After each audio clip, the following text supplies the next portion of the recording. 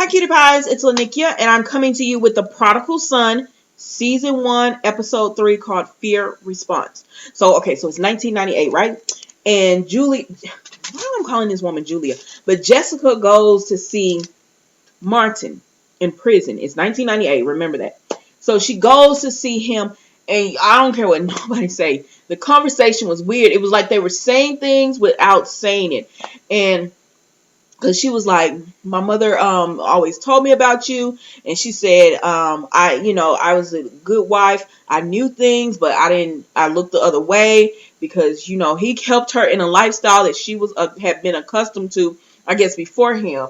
And so she was in this great lifestyle, and she says, and she looked the other way, and I'm like, well, what were you looking the other way for?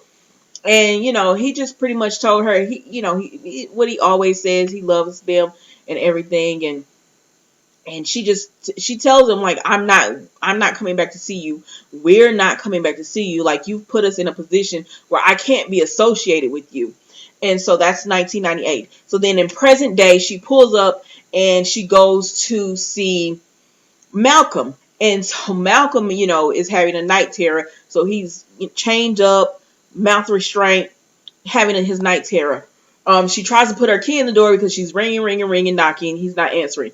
And he's changed the locks on her. So then she gives him a call on the phone, and she's like, listen, this is my building. So I guess he's staying there rent free and all that. She's like, this is my building that you are in, answer the door or whatever. But he can't answer the door because he's in a night terror. But as he's going through this night terror, you see the restraints. He's, because he's tossing and turning, and you can see the restraints are getting weak. So eventually it gets so intense for him that he busts the restraints and he goes flying through the window, and he holds on. I don't know how he can get cuts all over his hand, but he holds on with one arm, and she's like, are you okay? And he's like, yes. And she says, well, then let me in. Whatever. And so he lets her in, and she says, something's wrong with you. He was like, I'm good, Mom. And she was like, you just went flying through the window. You're not okay or whatever. Stop. And she tells him, I know you've been seeing your father. Stop seeing your father. And what she doesn't understand is that he is not going to, he hasn't been going to see him anymore or whatever. And it's not like he wants to go see his dad. So I feel like if she would just back off a little bit, girl, then maybe he would be, maybe he will work through this. But he keeps telling her, I'm having memories and they're becoming more intense about that night, and you won't give me the information. So that means I have to go, I have to get the information from the serial murderer or you, and you won't give it to me because she don't want to think about it or whatever. And he says, so I'm going to get it one way or the other. And okay. So then, because she's refusing it. She just told him, I refuse to give you that information. Like, there's nothing to it. She wants him just to let it go. Okay. So then he goes and he sees this therapist that he's been seeing since he was 11 years old. She's actually a children's therapist, but he refuses to go see someone in his age group. So that's why she continues to put, to see him. And she's like, you just barge in and then you won't see somebody in your age group. So it makes me have to see you or whatever. And so he's having issue, and I actually like this woman that he's speaking to. I love her acting. So I'm glad to see she has a role in this. I hope her role becomes more, and as the series goes on. But anyways, so he just tells her about, his dreams are becoming more intense, his nightmares and everything. And she tells him to stay away from his dad. She was like, you got to stay away from him, because that's what's triggering all of this for you. And the more you see him, the more you talk to him and everything, the more intense this is going to become for you. So then we see, so he gets called away by Gil, and he goes to the crime scene. So at the crime scene, they find out it's a professor, and so he's looking the professor over. First of all, he gives them all suckers, right? And he gives Gil, JT, and Danny one. And so he's at the crime scene, and the victim's eyes are rolled back in the back of his head, and they're trying to figure out how did he die. Edrisa is there, so he finds a sucker and gives her one, and you know how she gets a tripping because she like him or whatever. But anyways, they find out that the man, the murderer, has cut the man's brain out, and they're like, "Whoa, what is he doing cutting his brains out?" And not only that, did y'all see where he pinned the note on him? Like, oh my gosh, like he used his skin to pin the note. I was like, "Whoo, child." I don't like blood and everything, so by watching this, watching The Good Doctor, then turning around watching this is like overload with the blood and everything. But so they're trying to figure out like why would he do this? This is crazy. But they see that whoever has done this, the way his writing is on the letter, that he has clearly had a psychotic break. So they're like he's like at this point he's not himself. So we're gonna have to find him and what he's doing fast before more bodies come up and everything. Oh, so they call it a visionary. So the killer is a visionary. So then, okay, so then they go to, you know, the police station. And Risa talks about, oh, this sucker is so good. And Gil is like, and Risa, and she's like, yes, right is right. About, you know, the victim. He's right about the victim and the brain and everything. So then he starts giving more of the profile, excuse me, and they realize that, you know, Dr. Brown, who the man worked with, Dr. Brown and Dr. Mitchell could actually help. And Bright is excited because he's a huge fan of Dr. Brown. Okay. Oh, and the victim was, I'm sorry, and the victim, so she was like, Bright was right that the victim was scared when he died, and literally, luckily for the victim, they are actually scared to death, so he didn't feel the brain being cut out or anything, because he was scared to death, because he had a healthy heart, so there was nothing wrong with him, the reason he had a heart attack, so he was literally scared to death, and that, I was like, wow, that has to be a horrible way to die, to be that frightened. So then, so as they're in the room speaking, an officer tells Malcolm that his doctor is on the phone. And so they're like, what kind of doctor? He's talking about, oh, it's a dentist appointment or whatever. They don't believe him. And it's his dad. It's his dad has called Malcolm at the station. And he tells Malcolm that he saw the case and, you know, what was the brain? Did he take the brain and all that kind of stuff? And so Malcolm is just like, Dad, like, you can't call me here. Like, why do you keep bothering me? And he was like, I'm just so proud to see, you know, my children, you know, because he saw Ames doing her news report and everything. And he's just like, I'm so proud to see my children. And I just want to help you with this case. And so Malcolm pretty much tells him, like, because his dad tells him that this is going to be a hard case for you because it deals with fear and all of that. And Malcolm is just like, I'm afraid because of you. Like, and he was like, oh, you're playing a blame, you know, Martin was like, you're playing a blame game or whatever. And Malcolm was like, he was pretty much just like, you ruined my childhood. Like, you make me afraid of things because, you know, he's afraid of what he'll see if he really gives in to the night terrors. So anyways, Malcolm gets off the phone with his dad, and, you know, he pretty much telling him, like, he keeps telling him, I don't want to have anything else to do with you. But Gil sees all this, and of course he's concerned about Malcolm. I don't know if he knows who he was on the phone with, but he knows it wasn't just the dentist. Because Malcolm, you know, I don't know if he sees the tremors, but his dad has seen them, and his dad is like, you don't sleep, you have the night terrors, you have the tremors, so, you know, you need help or whatever. But his dad, for some reason, thinks, I'm the only one that can help you. I mean, he can if he tell the truth about what happened at night, but he won't do that. Okay, y'all. So then they go speak to Dr. Brown. And Malcolm, they're going to speak to Dr. Brown, and Malcolm is a fan of hers. So he brings her book for her to sign. And it's Danny and Malcolm who went to speak to her. And Danny's just like, what are you doing? But anyways, so they asked Dr. Brown, has anything been going on? Like, have you had any students act out? What happened? And she's like, no, none of that's going on. But Malcolm knows she's lying to him. But Dr. Mitchell says, we did have a student commit suicide 3 weeks ago.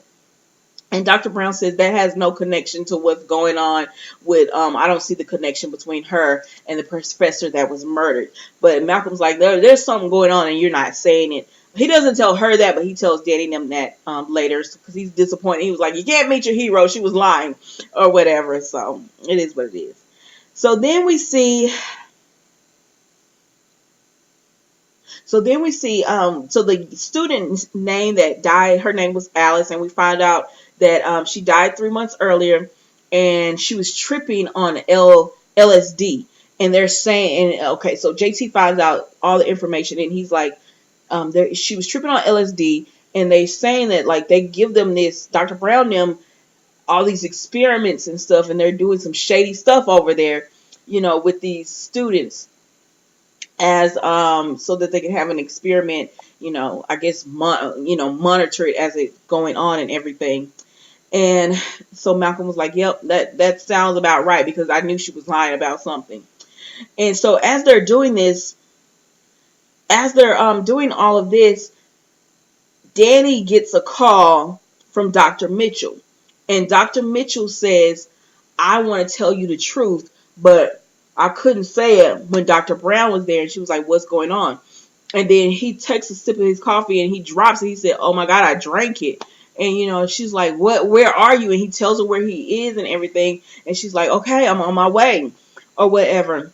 And when she gets off the phone with him, he looks and he sees, and the killer is there, but he's just took all this LSD that the killer has put in his drink.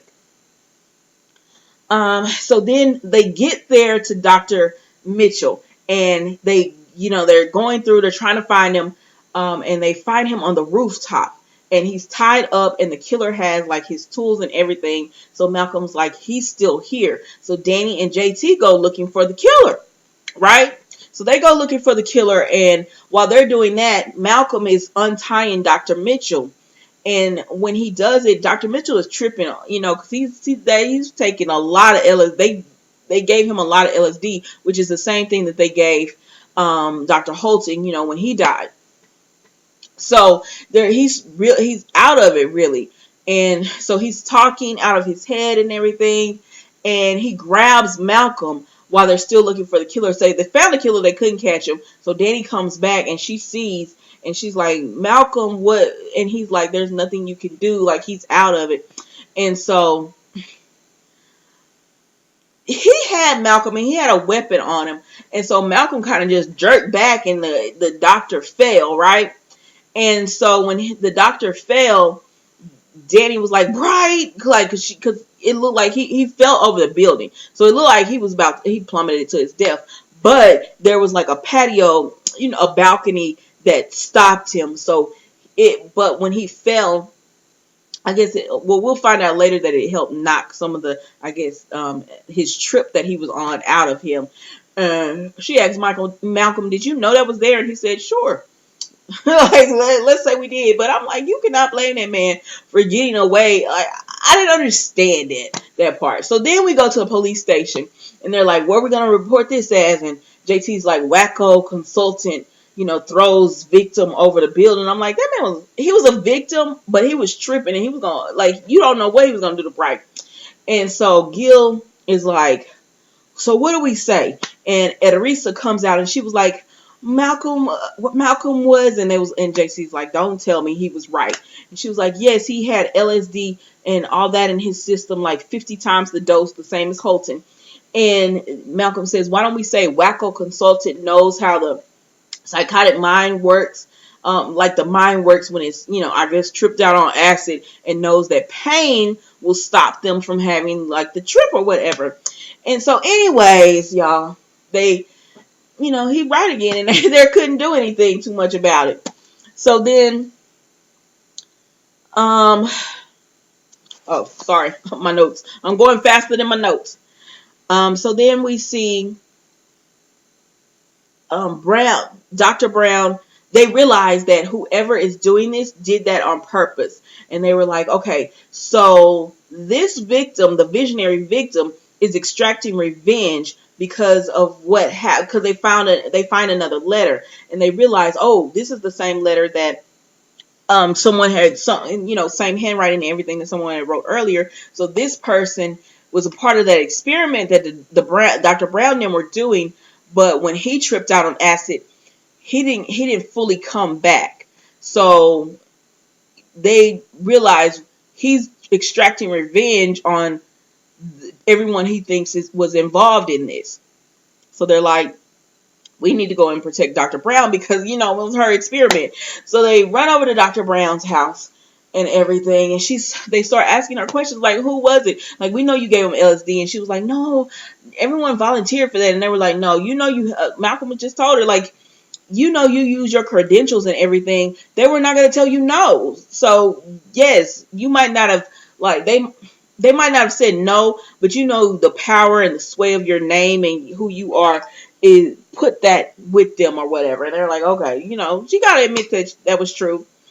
And so then they start describing the profile and who the visionary would be. It's a 30-year-old man.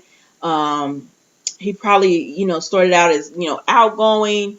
And then slowly you started seeing things change with him. His grades started slipping and she knew exactly. She was like, oh, that's Dominique or whatever. And they were like, who is it? And so she tells him, everything and who it was. So then, so they tell him who it was and they say, yeah, he took the LSD, but he couldn't take it. Again, it tripped him out and, it made him insane, for lack of a better term. So then we see, so that's that scene.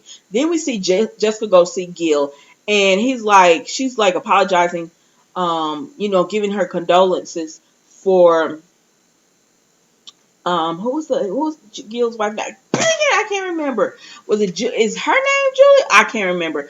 But she's giving her condolences and Gil's like, you 3 years too late. And she was like, well, I'm trying to give them now and everything. But she pretty much tells him that because he tells her, my wife loved your son like that was he was hers, and she said, but he had a mother and all that, so that and she told him, like, you could have helped Malcolm, and he said, you were the one who went and sent him to his father to see his father. And so she was pretty much like, okay,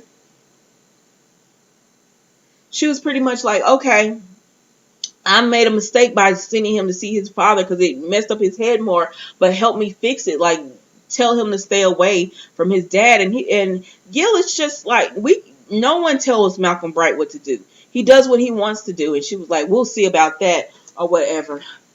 So then, he tells her, we can't control him. So then we flash back and we see Jessica knew what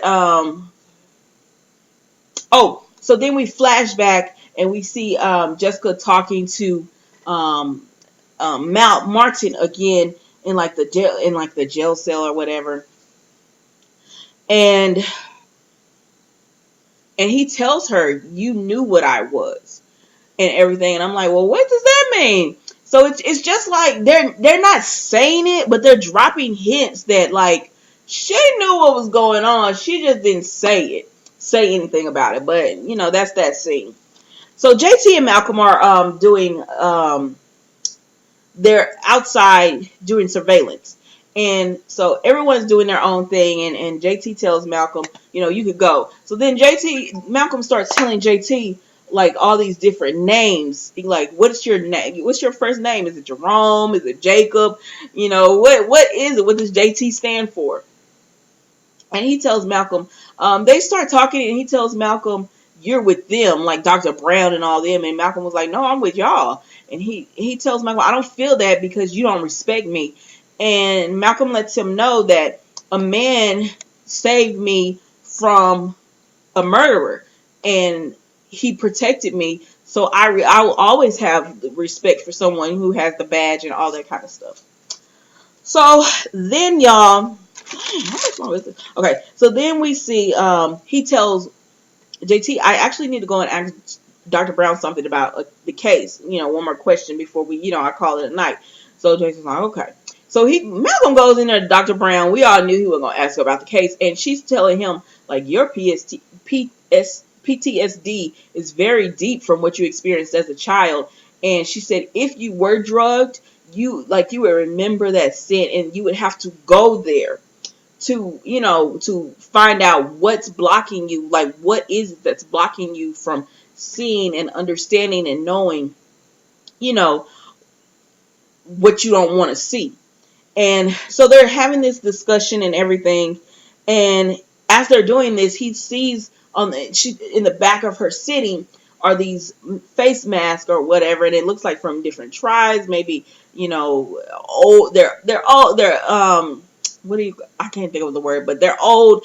They're ancient mask and everything. So he's looking and he said, "I know this mask." And so he goes to his notes and he's like, the killer, has he been in, has Dominique been here? And she's like, yeah, everybody was here. And she starts slurring, and then she was like, something's not right. Like, then she realizes someone, like, my tea was drugged. So Malcolm realizes, oh, Dominique is in the house. Then Dominique turns off the lights. Of course, Dr. Brown is drugged, so she starts tripping out because she got all the LSD in her system.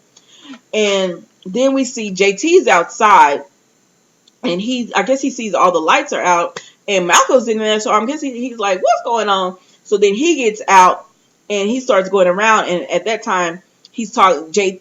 Malcolm calls JT and he says Dominique is in the house, and he's like, I can't get in because the front door is locked, so I'm going to try to go around the back, see if I can get in.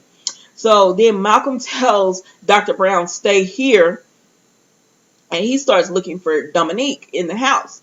Like, all he had was like, where does everybody pick up the little fireplace like poker? So he had the fireplace poker, and so he's looking around for, Dominique, and then he finally stumbles up on him, and they start fighting or whatever, and Dominique gets the drop on him.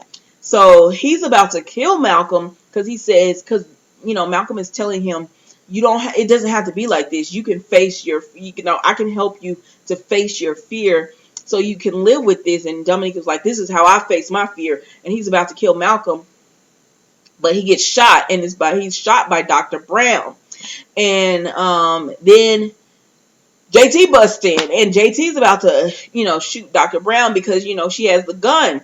And he says, no, she's tripping. And he starts telling Dr. Brown, you just got to fight through it, face your fear, be afraid and everything. And so she puts the gun down, and, that's how that ended.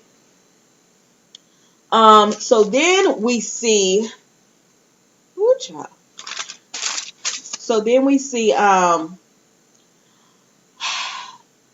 Jessica goes to see Martin. So she goes to see Martin, and they're just talking, and you could tell they still have love for each other. And she tells him, I had to kill you in my mind, because they're talking and they're getting, like, he's really talking to her, and she's listening. And then he reaches out to grab her, touch her cheek, and she jumps away, and she tells him, I am just terrified of you. I'm so terrified of you. I had to kill you in my mind so I could make it. And what I got from this conversation, once again, is that you knew something, and you didn't want, like, something is going on where she knew about what he was doing, because he keeps telling her, you knew. And they don't say what was going on, but he said, you like the life, and she said it too, I like that lifestyle. And he was like, yeah, you did, and you knew what needs that a man had, and you were okay with that, like me being okay, feeding my needs, because it allowed me to provide for you the lifestyle that you wanted. And I don't know what's going on. Like, on my last video, I said that I think I don't know. At first I thought, well, maybe she was on it with him. But now I'm thinking maybe she suspected something was going on, and she could have prevented it, but she didn't. I have no clue. I guess we're going to find out at the end of this season what's happening or whatever, and how deeply involved she was, because we just don't know. But anyways, she ends up, so that's what it really was, that it was just a weird scene. And so she ends up leaving or whatever, because he pretty much is, because he keeps telling her, like, you got the kids. And she's like, that's the one thing I have left. And I don't know, y'all tell me what you think.